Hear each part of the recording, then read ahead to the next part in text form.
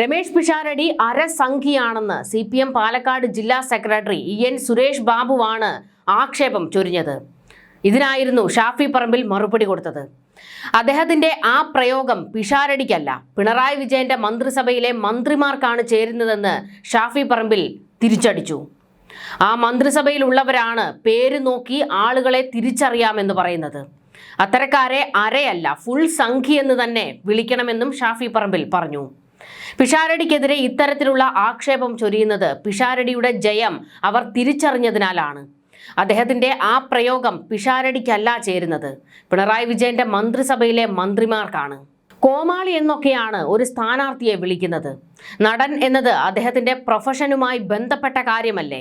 വലിയ അഭിപ്രായ സ്വാതന്ത്ര്യമൊക്കെ പറയുന്ന ആളുകൾ ഒരു തെരഞ്ഞെടുപ്പിൽ ഒരാൾ തങ്ങളെ പരാജയപ്പെടുത്താൻ പോവുകയാണെന്ന് അറിയുമ്പോൾ നടത്തുന്ന ആ ഒരൊറ്റ പ്രസ്താവനയിലൂടെ ആരാണ് ജനങ്ങളുടെ മുന്നിൽ യഥാർത്ഥ കോമാളിയായതെന്നും തിരുത്തേണ്ടി വന്നതെന്നും ആലോചിച്ചാൽ മതി.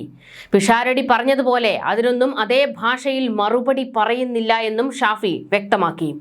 BJP CPM ഡീല് തെരഞ്ഞെടുപ്പിനപ്പുറത്തേക്ക് വളർന്നിട്ടുണ്ടെന്നും ഷാഫി തിരിച്ചടിച്ചു.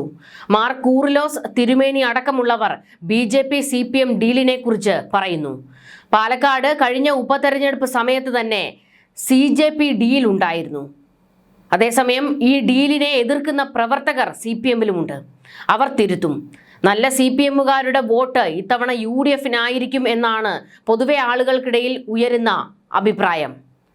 ഷാഫി പറമ്പിൽ കൃത്യമായ മറുപടി CPM-ന് കൊടുക്കുകയായിരുന്നു. രമേഷ് പിഷാരടി അരസംഖ്യയാണെന്നും ഷാഫിയുടെ നോമിനിയാണെന്നുമായിരുന്നു EN സുരേഷ് ബാബു കഴിഞ്ഞ ദിവസം ആരോപണം ഉന്നയിച്ചത്. ഷാഫി ഇല്ലാതെ ഈ പാലക്കാട് മണ്ഡലത്തിൽ കോൺഗ്രസ് ജയിക്കാൻ കഴിയില്ല എന്ന ഒരു വലിയ പ്രതീതി ഉണ്ടാക്കുകയാണ് ലക്ഷ്യം. അങ്ങനെ വന്നാൽ അടുത്ത തെരഞ്ഞെടുപ്പിൽ ഷാഫിയെ വിളിച്ച് കോൺഗ്രസ് ഇവിടെ നിർത്തും. ഇങ്ങനെ ആയിരുന്നല്ലോ ബൈ ഇലക്ഷനിൽ ഒരാളെ കൊണ്ടുവന്നത്. എന്തുകൊണ്ടാ ഈ മണ്ഡലത്തിൽ രമേഷ് പിഷാരടി വരാൻ കാരണം?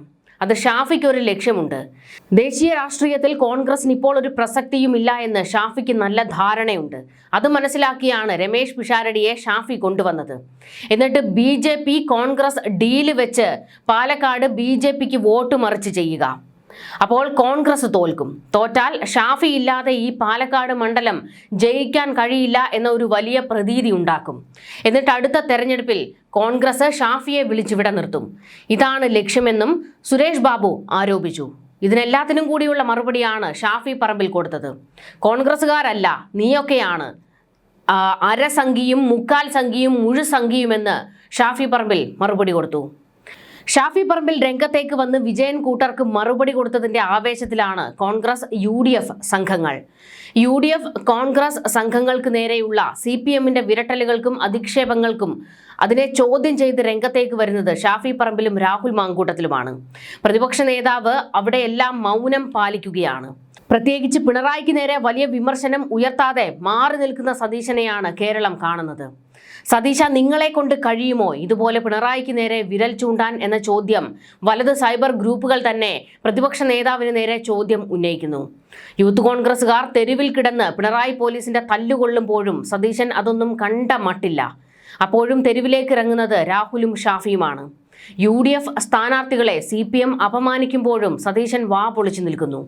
കഴിഞ്ഞ 2 ദിവസമായി രാഹുൽ മാങ്കൂട്ടത്തിലാണ് പിണറായി കൂട്ടർക്ക് തലങ്ങും വിലങ്ങും മറുപടി കൊടുത്തുകൊണ്ടിരിക്കുന്നത്. പാണക്കാട് തങ്ങൾക്ക് നേരെ കാണിച്ച നെറികേടിന് CPM-ന്റെ ഫ്യൂസ് ഊരിവിട്ടത് രാഹുലായിരുന്നു. തങ്ങളുടെ മോർഫ് ചെയ്ത ചിത്രം പുറത്തുവിട്ട് വലിയ സൈബർ ആക്രമണമാണ് CPM വെട്ടുകിളിക്കൂട്ടം നടത്തിയത്. ഒടുക്കം പണി പാളി എന്ന ഘട്ടത്തിൽ സൈബർ വെട്ടുകിളിക്കൂട്ടം മാളത്തിൽ കയറി ഒളിച്ചു. പാണക്കാട് തങ്ങളുടെ ചിത്രം മോർഫ് ചെയ്ത് പ്രചരിപ്പിച്ചത് ആരാണെന്ന് ഇതുവരെ വ്യക്തമായിട്ടില്ല. സൈബർ പോലീസ് അന്വേഷണം നടത്തിക്കൊണ്ടിരിക്കുകയാണ്. എന്നാൽ ഇതിന് പിന്നിൽ CPM ആണെന്ന് രാഹുൽ ആരോപണം ഉന്നയിച്ചു. മനുഷ്യനെ പറ്റി അറപ്പുളവാക്കുന്ന അപവാദ പ്രചരണം നടത്താൻ ഈ കൃമികൾക്ക് കിട്ടുന്ന ലൈസൻസ് ശ്രീ വിജയനെ പോലെ ഒരുത്തനാണ് അവരുടെ ആഭ്യന്തര മന്ത്രി എന്നതാണ്. രാഷ്ട്രീയ എതിരാളികൾക്ക് എതിരെ ഹീനമാർഗങ്ങൾ ഉപയോഗിക്കുന്ന, വേണ്ടി വന്നാൽ കൊന്നിട്ട് കുലംകുത്തി എന്ന് വിളിക്കാൻ മനസ്സുള്ള ഒരുത്തൻ സംരക്ഷിക്കാനുണ്ട് എന്ന ധൈര്യമാണ് ഈ ക്രിമിനൽ സംഘത്തെ വളർത്തുന്നത്. ചുരുക്കി പറഞ്ഞാൽ പോരാളി കൃമികളുടെ നേതാവ് ആ മനസ്സുള്ള പോരാളി വിജയനാണെന്ന് രാഹുൽ വെട്ടിത്തുറന്ന് പറഞ്ഞത്. രമേഷ് പിഷാരടിക്ക് നേരെ നടന്ന അധിക്ഷേപ പരാമർശത്തിനാണ് ഷാഫി പറമ്പിലും രംഗത്തേക്ക് വന്നിരിക്കുന്നത്. അങ്ങനെ മാറി മാറി ഷാഫിയും രാഹുലും പിണറായി വിജയൻ കൂട്ടരുടെ ഫ്യൂസ് ഊരിക്കൊണ്ടിരിക്കുകയാണ്. അവർക്കൊപ്പം അണിനിരക്കുകയാണ്. ഷാഫിയുടെയും രാഹുലിന്റെയും പിന്നിൽ ചേർന്ന് നിൽക്കുകയാണ് യൂത്ത് കോൺഗ്രസും KSUവും തുടങ്ങി സംഘടനകൾ. ഇതിനിടെ രമേശ് പിഷാരടിക്കെതിരായ കോമാളി പരാമർശത്തിൽ ഖേദം പ്രകടിപ്പിച്ച് തോമസ് ഐസക് രംഗത്ത്. തെരഞ്ഞെടുപ്പ് രംഗത്ത് തിരിച്ചടിയാകുമെന്ന് ഭയന്നാണ് വിവാദ പരാമർശത്തിൽ നിന്നും ഐസക് പിന്മാറിയത്. അദ്ദേഹത്തിന്റെ അഭിനയ മികവിൽ എതിർ അഭിപ്രായമില്ലെന്നും മനോവിഷമം ഉണ്ടാക്കിയതിൽ ഖേദമുണ്ടെന്നും തോമസ് ഐസക് വ്യക്തമാക്കി. പലസ്തീൻ വിഷയത്തിലെ പരാമർശത്തെയാണ് വിമർശിച്ചതെന്നും തോമസ് ഐസക് പറഞ്ഞു.